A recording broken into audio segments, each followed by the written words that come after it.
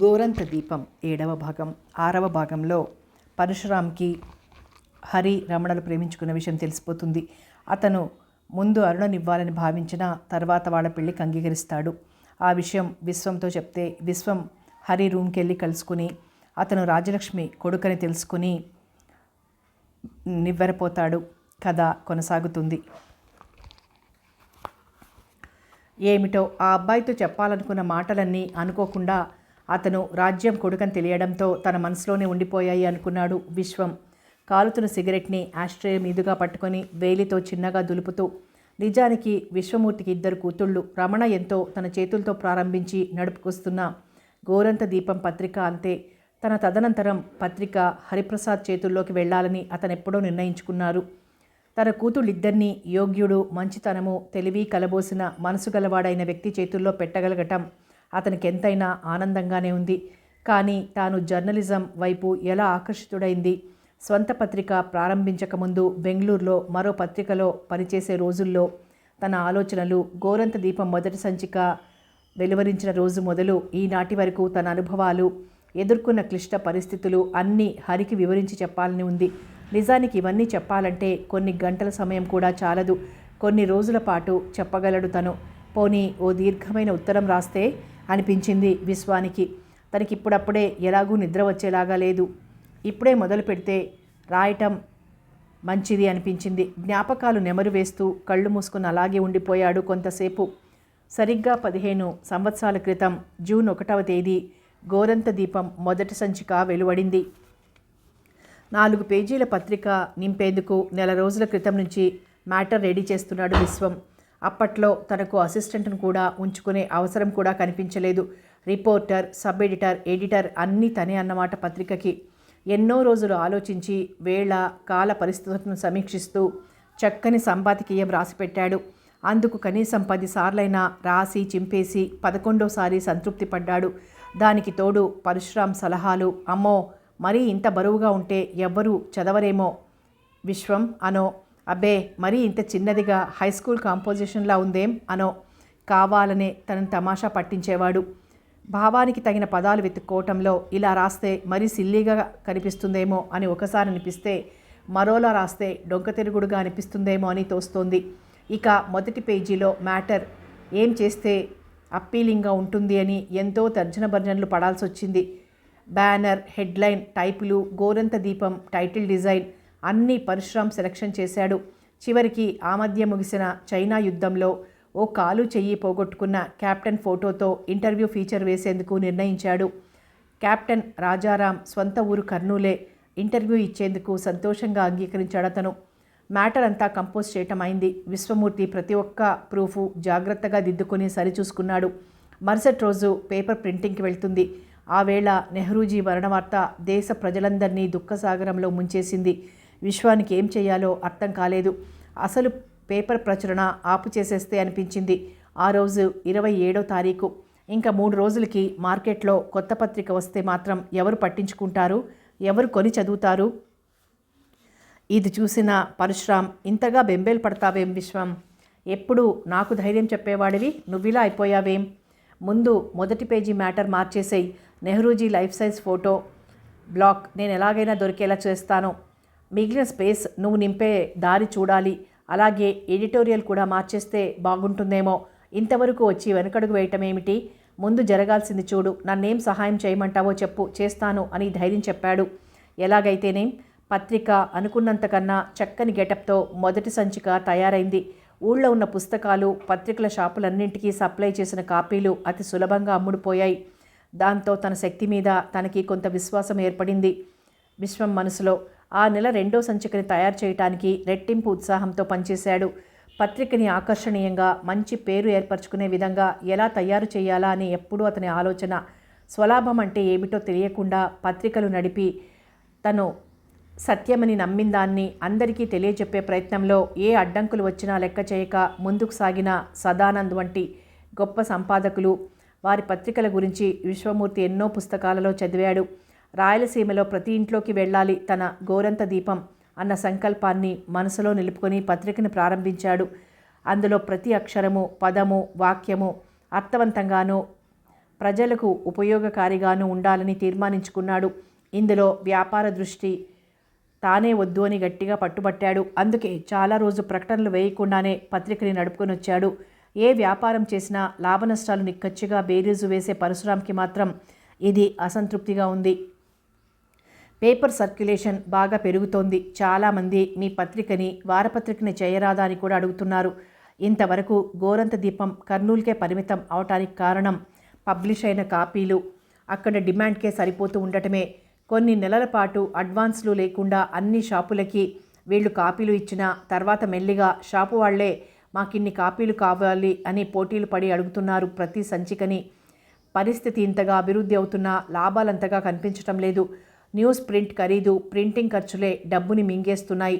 పోనీ కాపీ ఖరీదును పెంచుదామా అన్నా దానివల్ల వచ్చే లాభం కన్నా సేల్స్ తగ్గితే వచ్చే నష్టమే హెచ్చుగా ఉంది. ప్రకటనలు తీసుకుంటే తప్ప లాభం లేదనిపించింది పరశురాంకి. విశ్వాన్ని ఎలాగైనా ఒప్పించాలని నిర్ణయించుకున్నాడు. ఈ పద్ధతిలో నువ్వు పేపర్ రన్ చేస్తే 2 ఏళ్ళు, మహా అంటే 3 ఏళ్ళు అంతే, ఆ పైన మూత వేసేయాల్సిందే అని చెప్పాడొకరోజు విశ్వమూర్తికి. పరశురాం బొత్తిగా అలా అన్నయ్యటం అవమానంగా తోచింది విశ్వానికి. ఏరా అంత చేతకాని వాడిననుకున్నావా? ఓహో, నీకు భాగం ఉంది కదూ. నువ్వు పెడుతున్న దానికి లాభం తగినంత అందటం లేదని నీ బాధ.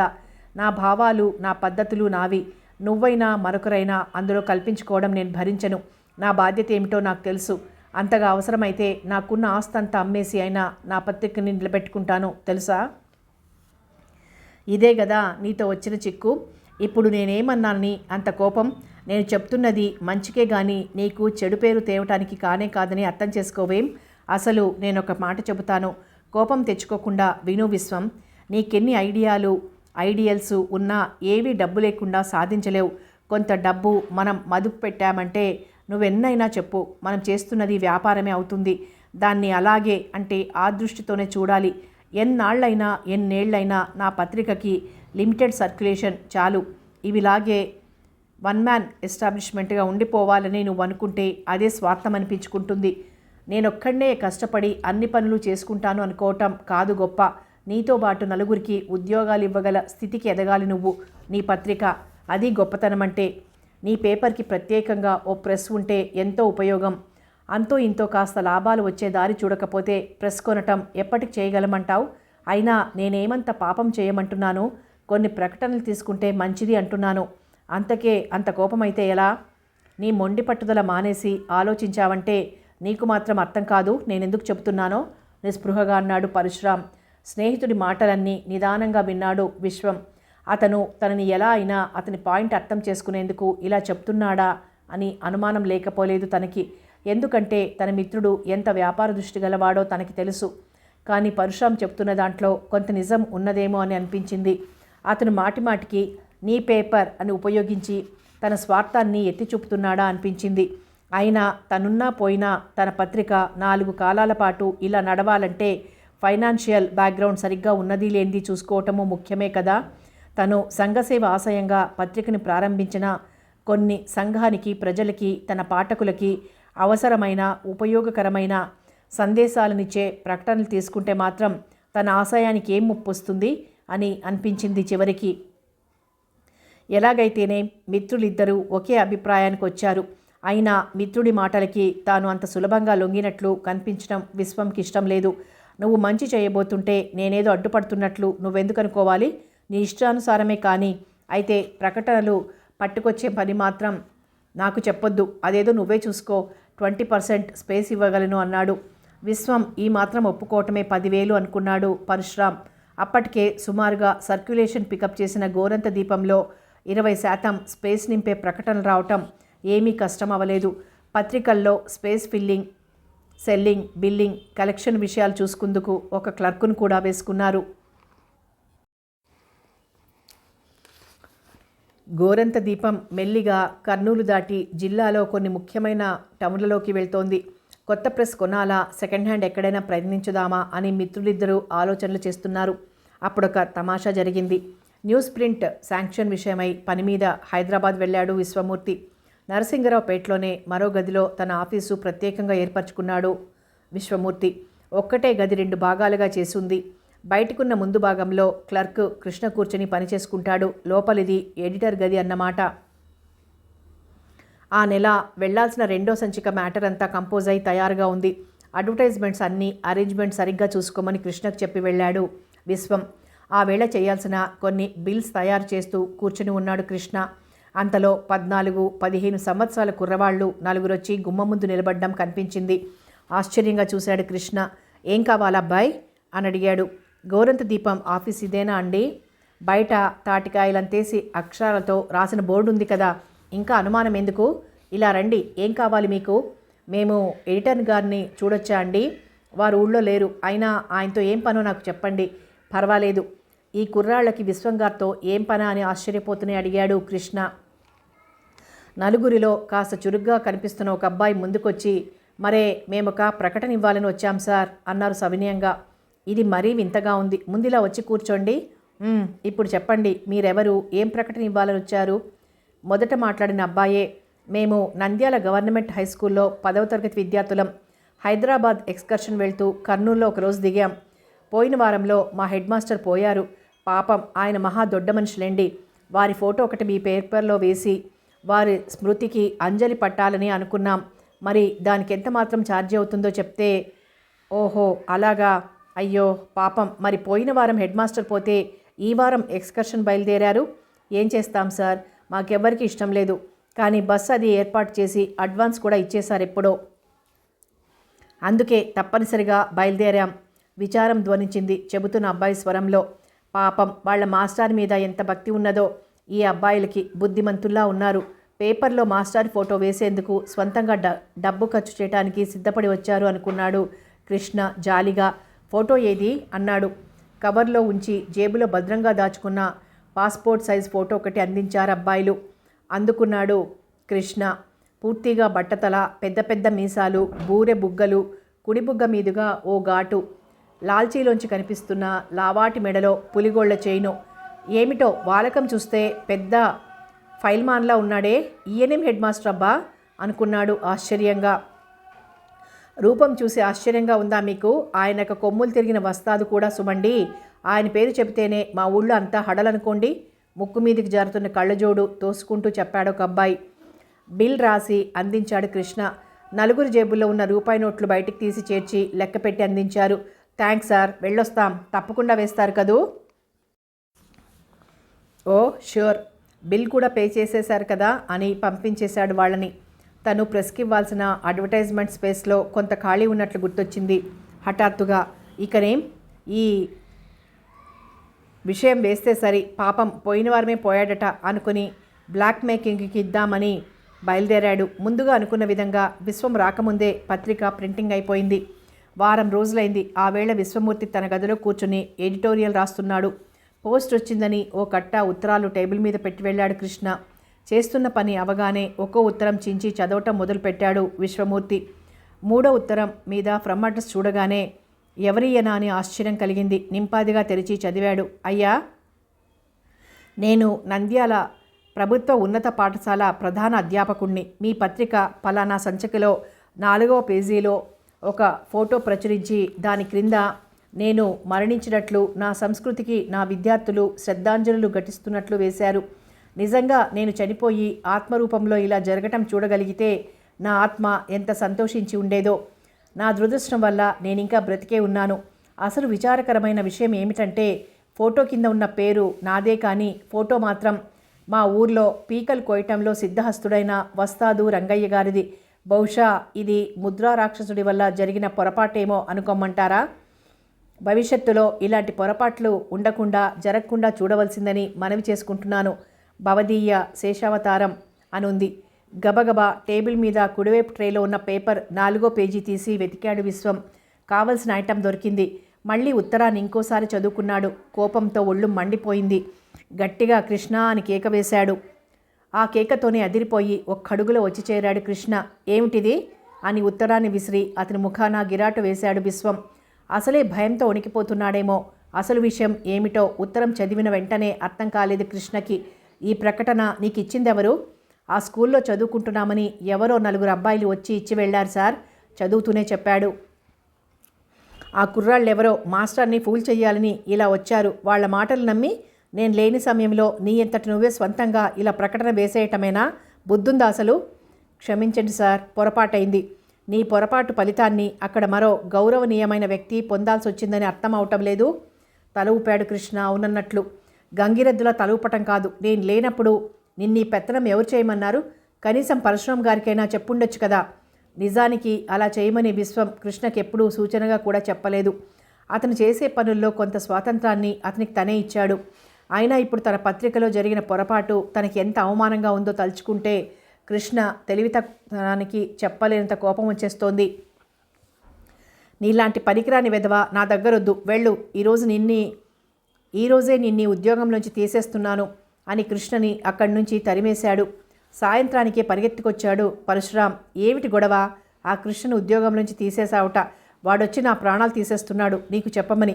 ఉద్యోగం వచ్చేసింది కదా అని పెళ్లి కూడా చేసుకుందాం అనుకున్నాడట. సంబంధము కుదిరిందట. ఇప్పుడు నా గతి ఏమిటి బాబోయ్ అని గొడవ ఆ అబ్బాయిది. వెళ్ళి గంగలో దూకమను, నేనేం చెయ్యను? అలా కాదు విశ్వం, అసలు తప్పు అందులో అతనిది ఎంత మాత్రం ఉంది? దానికి తగిన శిక్ష విధించాలి. పిచ్చుక మీద బ్రహ్మాస్త్రంలా ఉద్యోగమే పీకేస్తే ఎలాగా? ఏమిట్రా నీ గోలా? నేను లేనప్పుడు వాడెందుకు పెత్తనం చేయాలట? నువ్వు ఇచ్చావు గనక.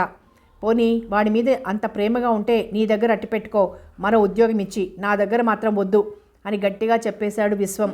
అతను ఆ మాత్రం మెత్తబడినా చాలనుకొని తన ఆఫీస్లో పనిచేస్తున్న ప్రసాద్ అనే మరో అతన్ని, కాస్త అనుభవము వయసు ఉన్నవాడిని విశ్వం దగ్గరికి పంపేందుకు నిర్ణయించుకున్నాడు. గోరంత దీపం ఆఫీసు కొంచెం విశాలంగా ఉన్న బిల్డింగ్లోకి మారవలసి వచ్చింది ఈ మధ్యే. అందులో ఇప్పుడు విశ్వం కాక శంకరం అనే అసిస్టెంట్ ఎడిటర్, రాఘవ అనే రిపోర్టర్ కూడా పనిచేస్తున్నారు. అప్పుడో ఇప్పుడో స్వంత ప్రెస్ ఏర్పరచుకొని పక్షపత్రికని వారపత్రికగా మార్చాలనే ఉద్దేశంతో ఉన్నాడు విశ్వం.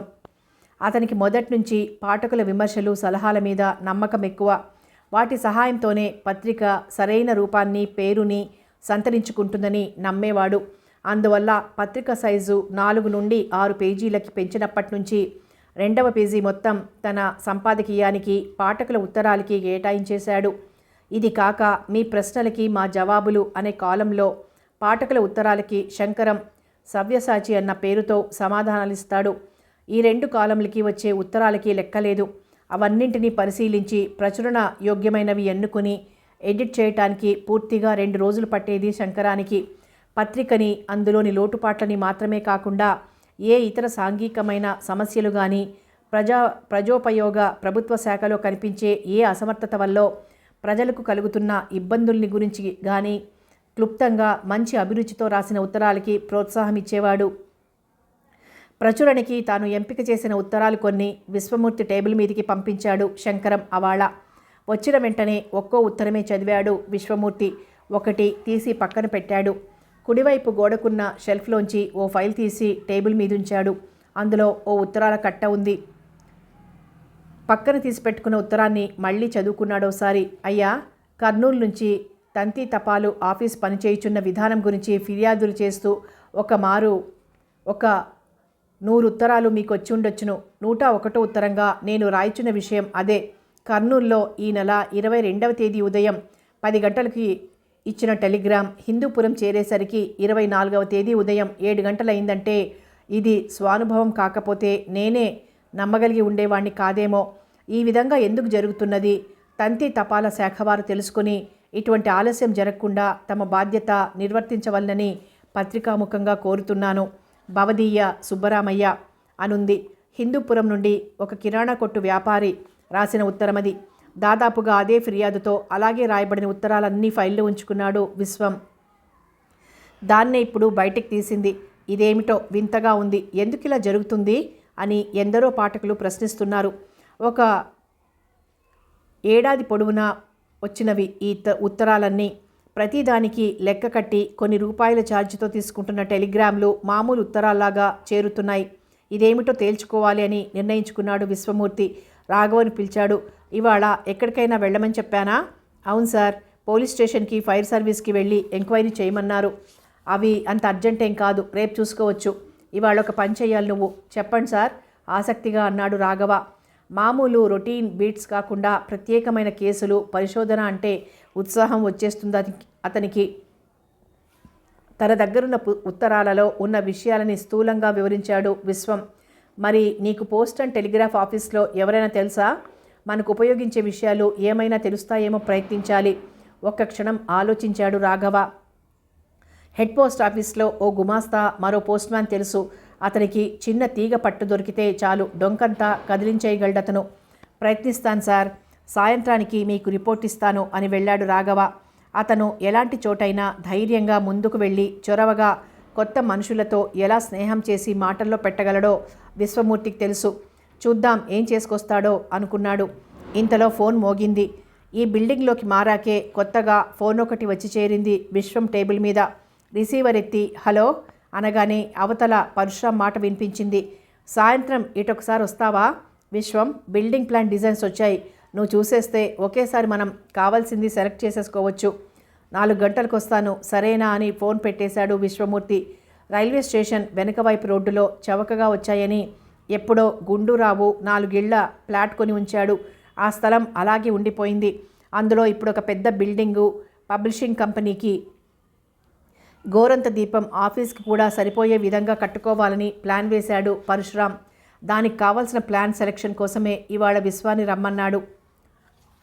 ఆలస్యంగా చేరుకున్న టెలిగ్రాముల వెనుక ఉన్న మిస్టరీ మొత్తం అందరికీ తెలిసిపోయింది. గోరంత దీపం పత్రికలో వచ్చిన రిపోర్టు ద్వారా 3వ పేజీలో దృష్టి చూడగానే ఆకట్టుకునే విధంగా బాక్స్ కట్టి మరీ వేశారు ఆ రిపోర్ట్ని. పోస్ట్ ద్వారా వెళ్తున్న టెలిగ్రాములు. జనవరి 12వ తేదీన సాయంత్రం శ్రీమతి రామక్క మరణవార్తని ఆమె భర్త శ్రీ రామన్న గారు నంద్యాలలో ఉన్న తన బావమర్దికి టెలిగ్రామ్ ద్వారా తెలిపారు. కానీ ఆ ఉత్తరం నంద్యాలలో శ్రీ చంద్రయ్య 13వ తేదీ రాత్రి 10 గంటలకు కానీ అందుకోకపోవటం వల్ల ఆయన అక్కగారి ఆఖరి చూపులు కూడా అందలేదు. కర్నూలు వైద్య కళాశాల విద్యార్థి శ్రీ రమేష్ కొంత సొమ్ము అర్జెంటుగా అవసరమై తమ తండ్రి గారైన శ్రీ సుబ్బరామయ్యకి ఒక టెలిగ్రామ్ ఇచ్చారు. హిందూపురంలో ఆ టెలిగ్రామ్ చేరేందుకు పూర్తిగా 2 రోజులు పట్టింది. కర్నూలు ముఖ్య తంతి తపాలా ఆఫీస్ నుండి బయలుదేరి ఆలస్యంగా చేరుతున్న కొన్ని వందల టెలిగ్రాములకి ఇవి 2 ఉదాహరణలు మాత్రమే. ఎందరో పాఠకుల కోరిక మీద ఈ పత్రిక జరిపిన పరిశోధనలో ఆశ్చర్యకరమైన విషయం బయటపడింది. కనీసం 5గురు టెలిగ్రాఫిస్టులు అవసరం ఉన్న కర్నూలు తంతి తపాలా ఆఫీస్లో 2 మాత్రమే ఉండటం వల్ల ప్రతిరోజు పంపవలసిన టెలిగ్రాముల్లో సగభాగం మాత్రమే టెలిగ్రాఫ్ చేయగలుగుతున్నారు. మిగిలినవి ఆఫీస్లోనే నిలిచి కాలదోషం పట్టకుండా ఉంచేందుకు గాను ఉత్తరాల బ్యాగుల్లోనే మూట కట్టి పంపేస్తున్నారు. నిజానికి ఇందులో ఇక్కడి ఆఫీస్ అధికారి కానీ టెలిగ్రాఫిస్టులది కానీ ఏమీ తప్పు కనిపించడం లేదు. వారు చేయగలిగింది చేస్తున్నారు.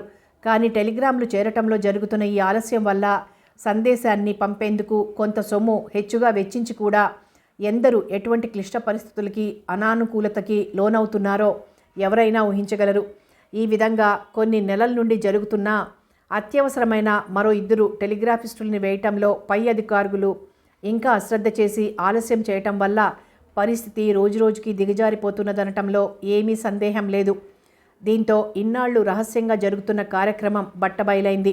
మెయిన్ పోస్ట్ ఆఫీస్లో టెలిగ్రామ్ ఇవ్వటానికి వెళ్ళిన వారంతా ఎలా పంపుతారు, ఎప్పటికి చేరుతుంది అని విచారణ చేసి కానీ ఇవ్వటం లేదు. పోస్ట్ మాస్టర్ ఈ విషయాన్ని పత్రికల వారికి ఇన్ఫర్మేషన్ ఇచ్చిందెవరో తెలుసుకోవాలని ఎంతగానో ప్రయత్నించాడు. కానీ ఆ విషయం బయట పెట్టేది లేదని విశ్వం గట్టిగా పట్టుపట్టడంతో ఆయన ప్రయత్నాలు ఫలించలేదు. పోస్ట్ మాస్టర్ సూర్యనారాయణ పేపర్లో ఈ వార్త చూసిన వెంటనే కోపంగా మండిపడుతూ ఫోన్ చేశాడు గోరంత దీపం ఆఫీస్కి. విశ్వం ఫోన్ ఎత్తగానే ఎవరండి మాట్లాడుతున్నది అన్నాడు జోరుగా. మీకెవరు కావాలో చెప్పండి అన్నాడు విశ్వం తాపీగా. మీ ఎడిటర్ని పిలవయ్యా. మీరు అడుగుతున్న ఎడిటర్ని నేనే సార్. ఏం కావాలో చెప్పండి.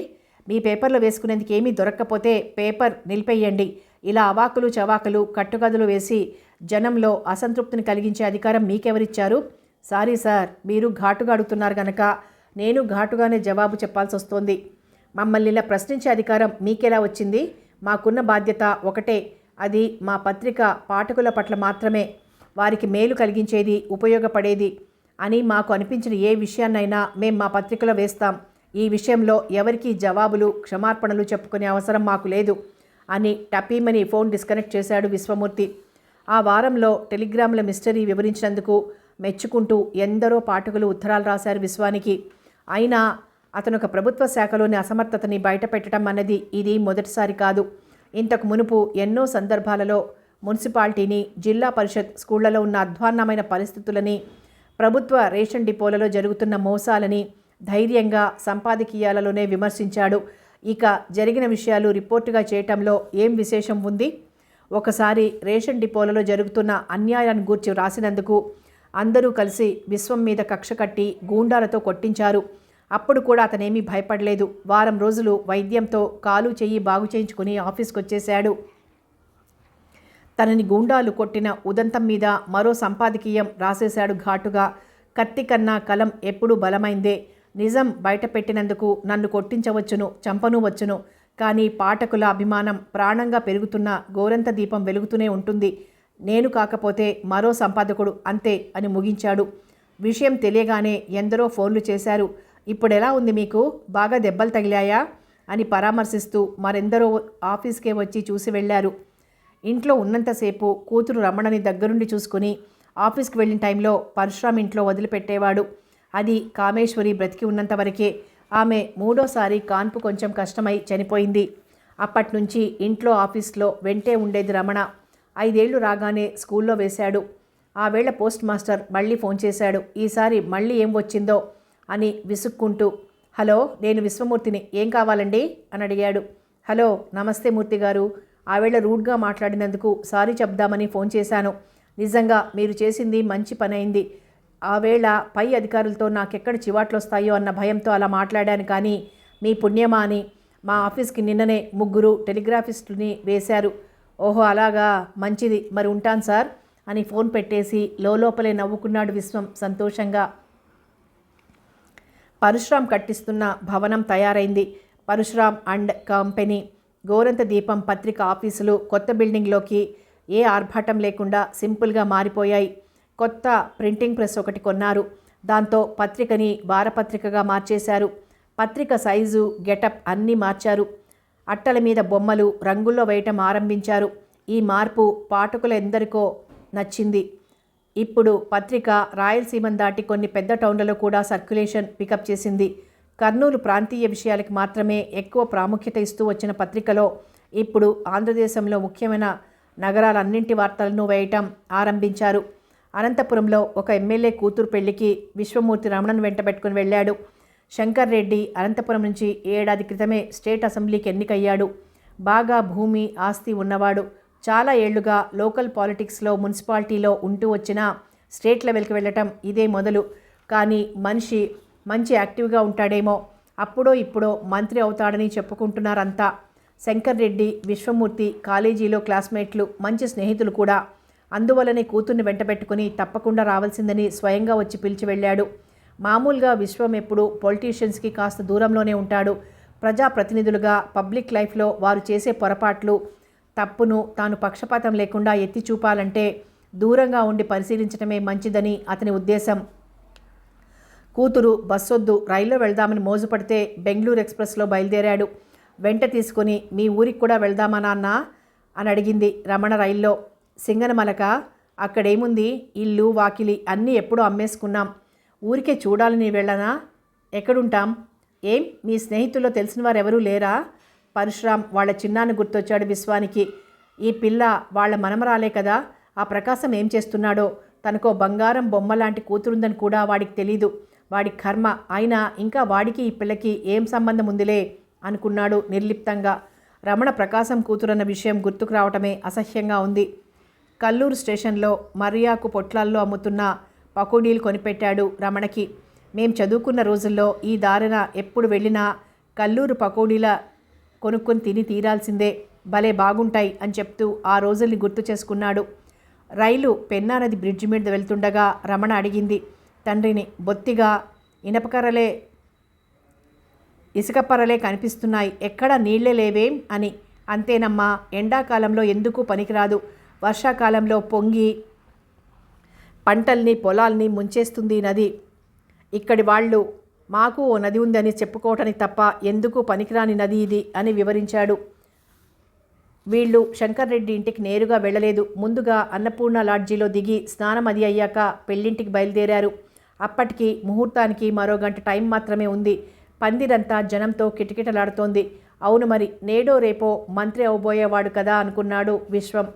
బిజీగా మంటపంలో అన్నీ సరిచూస్తున్న శంకర్ రెడ్డి స్వయంగా వచ్చి స్నేహితుడిని పలకరించాడు. సాదరంగా లోపలికి తీసుకువెళ్ళాడు. అక్కడికొచ్చిన కొందరు ఆఫీసర్లు, రాజకీయవేత్తలకి గర్వంగా పరిచయం చేశాడు విశ్వమూర్తిని. గోరంత దీపం ఎడిటర్ విశ్వమూర్తి నా స్నేహితుడు అని రమణిని లోపలికి తీసుకువెళ్ళి తన భార్యకి పరిచయం చేసి వదిలిపెట్టాడు చూసుకోమని. మంగళవాద్యాలు మోగుతున్నాయి. మంటపంలో పురోహితుడు ఏవో మంత్రాలు చదవటం ప్రారంభించాడు. విశ్వం ఒక్కడే కొంచెం దూరంగా కూర్చుని సిగరెట్ అంటించుకున్నాడు. తన వెనగ్గా కూర్చున్న హరిమాటలు వినిపిస్తున్నాయి. పెళ్ళి మంచి జోరుగా చేస్తున్నారు కదూ, ఎందుకు చేయరు? ఊరోళ్ళ డబ్బు పోగు చేసుకుని బ్రహ్మాండంగా చేస్తున్నారు. కొంచెం బాధ వేసింది మాటలతో విశ్వానికి. శంకర్ రెడ్డి ఎలాంటివాడో తనకు తెలుసు. పైగా అతనికేం ఆస్తికేం తక్కువ లేదు. ఉన్నది ఒక కొడుకు, ఒక కూతురును. కక్కుర్తి పడాల్సిన అవసరము లేదు. అయినా రాజకీయాల్లో పైకి వెళ్లే వారెవరిని చూసినా జనం ఇలాగే చెప్పుకుంటూ ఉంటారేమో అనిపించింది. అయ్యగారు అపర రామచంద్రమూర్తిలా నటిస్తారు పైకి. అమ్మగారికి తెలుసు ఏం చెయ్యాలో, ఎలా రాబట్టాలో అని అతని వెనక ఉన్నతనే మళ్ళీ అన్నాడు. ఈ మాటలతో కొంత ఆశ్చర్యం కలిగింది విశ్వానికి. కూర్చున్న సీట్లోంచి లేచి ముందు వరుసలో వెళ్ళి కూర్చున్నాడు. అటువైపు రమణ ఆడవాళ్లలో ముందు వరుసలో కూర్చుని చెంపకు చేయి చేర్చి దీక్షగా కళ్యాణ మండపంలో జరుగుతున్న తతంగాల్ని గమనిస్తోంది. ఆడపిల్లలు ఎంత త్వరగా ఆరిందాలైపోతారో. ఇంకెన్నాళ్ళు, మహా అయితే ఇంకో 5 ఏళ్ళు. తను రమణకి సంబంధాలు చూడాలి అనుకున్నాడు విశ్వమూర్తి తనలో తనే నవ్వుకుంటూ. పెళ్ళి అయిపోయింది. విందు ముగిసింది. హోటల్కి బయలుదేరారు తండ్రి కూతుళ్ళు. వెళ్లేటప్పుడు చెప్పాలని శంకర్రెడ్డి భార్యతో కలుసుకున్నాడు విశ్వం. ఆవిడ రమణకి జాకెట్ పీసు తాంబూలంలో ఉంచిచ్చి బొట్టు పెట్టింది. పాదాలకి నమస్కరిస్తే శీఘ్రమేవ కళ్యాణ ప్రాప్తిరస్తు అని దీవించింది చిరునవ్వుతో. సాయంత్రం బయలుదేరుతాం ఊరికి, మళ్ళీ కలవలేమోరా అని చెప్పేశాడు స్నేహితుడికి విశ్వం. అమ్మాయికి పట్టుపరికిణి కొందామనుకున్నారట కదా, వెళ్లే లోపల ఒకసారి అటు ధర్మవరం వారి షాప్కి వెళ్ళండి, మాకు బాగా తెలుసు, నేను ఫోన్లో చెప్పి వెళ్తాను అని చెప్పింది ఆవిడ. అటుగా వచ్చిన ఒక అతనితో, ఇదిగో చందు, వీళ్ళని దిగబెట్టి రావోయ్ అని పురమాయించింది. చందు అనే అతను వీళ్ళని ఓ కారు వైపు తీసుకువెళ్ళాడు. వీళ్ళు కూర్చున్న తర్వాత ఎక్కడికి వెళ్ళాలి సార్ అని అడిగాడు. అన్నపూర్ణ హోటల్కి పోనీవోయ్ అన్నాడు విశ్వం. కారు డ్రైవ్ చేస్తున్న అతను డ్రైవర్లా లేడు అనుకున్నాడు విశ్వమూర్తి. అతను పెళ్లి పందిట్లో కూర్చున్నంతసేపు ఆ అబ్బాయిని శంకర్రెడ్డి భార్య వెంబడి ఉంటూ అన్ని పనులకి అందుకోవటం చాలాసార్లు చూశాడు. ఎవరైనా చుట్టాలు కుర్రవాడేమో అనుకున్నాడు. హోటల్ దగ్గర కారు ఆపాడు చందు. తను డోర్ తెరుచుకొని వచ్చి వెనక డోర్ తీశాడు. సార్, ఇలా అడుగుతున్నానని ఏమీ అనుకోవద్దు, మీరు విశ్వమూర్తి గారు కదూ? అరే, నేనెవరన్నది నీకెలా తెలుసు అన్నట్లుగా చూస్తూ అవును అన్నాడు విశ్వం. కడపలో ఒక సభలో మిమ్మల్ని చూశాను. అప్పట్నుంచి మీతో మాట్లాడాలని ఎంతగా అనుకుంటున్నానో కొంచెం సిగ్గుపడుతూ చెప్పాడతను. ఇదేదో ఆశ్చర్యంగా ఉంది కదబ్బాయ్, నేనే సినిమా నటున్నో కాదే నువ్వంతగా కోరుకునేందుకు? అదేం మాట సార్, ఆ మాటకొస్తే నేను సినిమా నటుల క్రేజ్ ఉన్నవాణ్ణి కాదు. ఇలా రోడ్లో నించుని మాట్లాడటం ఎందుకు? పద లోపలికి వెళ్దాం అని కూతుర్ని వెంట పెట్టుకుని తన గదికి చందూని తీసుకువెళ్ళాడు విశ్వమూర్తి. ముగ్గురికి కాఫీ తెప్పించాడు. ఇప్పుడు చెప్పబోయ్ అన్నట్లు చూశాడు విశ్వమూర్తి. నేను హై స్కూల్లో చదివేటప్పటి నుంచి మీ పేపర్కి రెగ్యులర్ రీడర్నండి. Is it? అప్పటి నుంచి ఇప్పటిదాకా మా పేపర్ క్రమం తప్పకుండా చదువుతున్నావన్నమాట. బాగుంది. అయితే అంత శ్రద్ధగా చదవటానికి కారణం ఏమిటో చెప్పగలవా? అలా అడిగితే ఏం చెప్పను సార్, నాకు గాలి పీల్చటం, భోజనం చేయటం, వారం వారం గోరంత దీపం చదవటం అన్నీ సమాన అవసరాలే. పోనీ మా పేపర్ గురించి నీ అభిప్రాయం చెప్పు. మీ సంపాదకీయం చదివేందుకు, మీ పేపర్ గురించి అభిప్రాయం వెలిబుచ్చేందుకు తగిన జ్ఞానం, అనుభవం రెండూ లేనివాణ్ణి. కానీ ముఖ్యంగా మీ పేపర్లో నాకిష్టమైన పూల తెరలు అనే కాలం, రచయిత పేరుకి బదులు రంగాచారి అనే కలం పేరున్న పల్లెటూరి పురోహితుడి మాటల స్టైల్లో రాసిన ఆ కాలంని రాసేది మీరే అని నా నమ్మకం. అవును కాదు అనకుండా నవ్వుతున్న విశ్వమూర్తి ముఖం చూడగానే చందుకి అర్థమైంది నిజమేమిటో. పత్రిక కొనగానే ముందుగా ఆ కాలం చదివి కానీ మరో పేజీకి వెళ్ళను. మీరిచ్చే సినిమా రివ్యూల మీద కూడా నాకు మంచి నమ్మకం. ప్రతి సినిమా మీ పత్రికలో రివ్యూ చదివిన తర్వాతే వెళ్ళాలో వద్దో నిర్ణయించుకుంటాను. నువ్వు అన్నట్లు నేనేం చేస్తుంటాను, నా పేరేమిటి, ఏదీ చెప్పుకోలేదు కదూ. నా పేరు చంద్రమండి. BA పాస్ అయి ఉద్యోగం కోసం తలకిందులుగా తపస్సు చేస్తున్నాను. నీకేమోయ్, శంకర్రెడ్డి సహాయం ఉండగా? శంకర్రెడ్డికి ఏ బంధువుల అబ్బాయో అయి ఉంటాడనుకొని అన్నాడు విశ్వమూర్తి. నేను ఆ ఆశతోనే వారి చుట్టూ కుక్కలా తిరుగుతున్నానండి. ఉద్యోగం వచ్చే వరకు వాళ్ళని వదలొద్దని మా నాన్నగారి ఆజ్ఞ. మీ స్నేహితుడు కదా, మీకు ఏమైనా అనుకోవచ్చు, కానీ ఎందుకో నా బాధ మీకు చెప్పుకోవాలనిపించి చెప్తున్నాను. ఈ పెళ్ళికి 5,000 పైనే ఖర్చు చేశాను సార్, మా నాన్న అడిగి తెచ్చుకొని. ఇవేమీ రెడ్డి గారికి తెలీదు, అంతా అమ్మగారి మేనేజ్మెంటే. అసలు ఇప్పుడు అనిపిస్తోంది 5,000కి మరో 5,000 ఎక్కడైనా లోన్ తీసుకొని ఏ వ్యాపారమైనా చేస్తే బాగుండేదేమోనని. ఏమిటో అలా స్వతంత్రంగా నిర్ణయం తీసుకోవాలంటే ధైర్యం చాలదు. ఇంట్లో వాళ్ళు అంతే, నీ ఇష్టం, ఎక్కువ తక్కువలు ఏమొచ్చినా నీదే బాధ్యత అంటారు కానీ ధైర్యం చెప్పరు అని తన గోడంతా వెళ్ళబోసుకున్నాడు చందు. ఈ కాలం యువకులు చాలా మటుకు ఇలాగే నిరుత్సాహంగా కనిపిస్తుంటారు. ఎక్కడుంది లోపం? ఆ వయసులో తానున్నంత యాక్టివ్గా చందు కనిపించడం లేదు. తండ్రి చాదస్తం అంటే పడక దూరంగా వెళ్ళిపోయి స్వతంత్ర జీవితం ఏర్పరచుకునేందుకు తనేమాత్రం భయపడలేదు. ఆ విధమైన ప్రవర్తన ద్వారా తండ్రిని బాధపెట్టి ఉండొచ్చు, కానీ అది తప్పనిసరి. మనుషుల్లో చాదస్తాలు, పాతకాలపు భావాలు, మూఢనమ్మకాలు పోవాలంటే ఆ దారిలో ముందుండాల్సింది యువకులే కదా. వారి తల్లిదండ్రులకి సంతోషం కలిగించడం ఒక్కటే ధ్యేయంగా పెట్టుకుంటే వారికి భావ స్వాతంత్రం, దాని వెంట క్రియా స్వాతంత్రం వచ్చేసరికి నడివయసు వచ్చేస్తుంది. అప్పటి వరకు ఒక విధమైన జీవితానికి అలవాటు పడిన తర్వాత అప్పుడింకా మార్పు మీదికి మనసు వెళ్ళదు. విశ్వమూర్తిని ఆలోచనల్లో ముంచేసి వెళ్ళిపోయాడు చంద్రం. ఓ గంటసేపు నిద్రపోయి లేచిన రమణ, నాన్న మరి షాప్కి వెళ్ళొద్దామా, మళ్ళీ మనకు ట్రైన్కి టైం అవుతుందేమో అని గుర్తు చేసింది. తండ్రి కూతుళ్ళిద్దరూ నడిచే బయలుదేరారు, దగ్గరే కదా అని. పెద్ద బార్డర్లు, చిన్న పువ్వులున్న డిజైన్లలో ఎన్నో రకాలు తీసి రమణ ముందుంచారు. వీళ్ళకి చూపిస్తున్నతను షాప్ ఓనర్. కొంచెం పెద్ద మనుషుల్లా కనిపించే వాళ్ళకి తప్పకుండా పెద్ద బేరాలు దొరుకుతాయని స్వయంగా చూపిస్తారు బట్టలు. పట్టుబట్టలు చూపించే గది ప్రత్యేకంగా షాపు వెనకగా ఉంది. వీళ్ళు చూస్తుండగానే ఎవరో ఒకతను వచ్చి, శంకర్ రెడ్డి గారింటి నుంచి ఫోన్ వచ్చింది నాన్న అని చెప్పాడు. ఏమిటంట విసుగ్గా అడిగాడు తను, అటు తల తిప్పకుండానే. వాళ్ళకి తెలిసిన వారు ఒక ఆయన విశ్వమూర్తి గారిని వస్తారట, వాళ్ళకి కొంచెం దగ్గరుండి బాగా చూపించాలి బట్టలు అని చెప్పారు. చెప్తారోయ్, ఎందుకు చెప్పరు, వాళ్ళ బాబుగాడిది కదూ ఈ దుకాణం. అయ్యగారు వచ్చి కొన్ని రకాలు కొని మర్యాదగా ఖరీదు చెల్లించి వెళ్తారు. మళ్ళీ అమ్మగారు ప్రత్యేకంగా వచ్చి మరికొన్ని రకాలు పట్టుకుపోవటం. ఆ బిల్లు ఎప్పుడు ఇస్తారో ఆ దేవుడికి కూడా తెలీదు అని విసుక్కున్నాడు. అతనికి తన ముందు కూర్చున్న శాల్తీ సదరు శంకర్ రెడ్డి గారి మిత్రుడని తెలీదు పాపం. పరధ్యానంగా ఆ మాటల్ని వింటూ ఆలోచిస్తూ ఉన్న విశ్వమూర్తి రమణ పిలుపుతో ఈ లోకంలోకి వచ్చాడు. చూడండి నాన్న, ఆ గ్రీన్ కలర్ నలుపు బార్డర్ బాగుంది కదూ అంటోంది. బాగుంది, అది తీసుకుంటావా అమ్మా? ఇంకొకటి కూడా సెలెక్ట్ చేసుకో అన్నాడు. అది అయిన తర్వాత 2 ఓణి ముక్కలు కూడా సెలెక్ట్ చేసుకున్నారు. బిల్ చెల్లించి బయలుదేరారు. ఇద్దరు గది చేరేసరికి ఓ అరగంట మాత్రమే ఉంది రైల్ టైంకి. బ్యాగ్ సర్దుకుని బయలుదేరారు. బాగా అలసి ఉన్నారేమో, కొంచెం సుఖంగా వెళ్ళొచ్చునని ఫస్ట్ క్లాస్కే టికెట్లు తీశాడు విశ్వమూర్తి. కంపార్ట్మెంట్లో వీళ్ళు తప్ప ఎవ్వరూ లేరు. రమణ ఏదో పత్రిక పట్టుకొని చదువుతూ ఉండిపోయింది.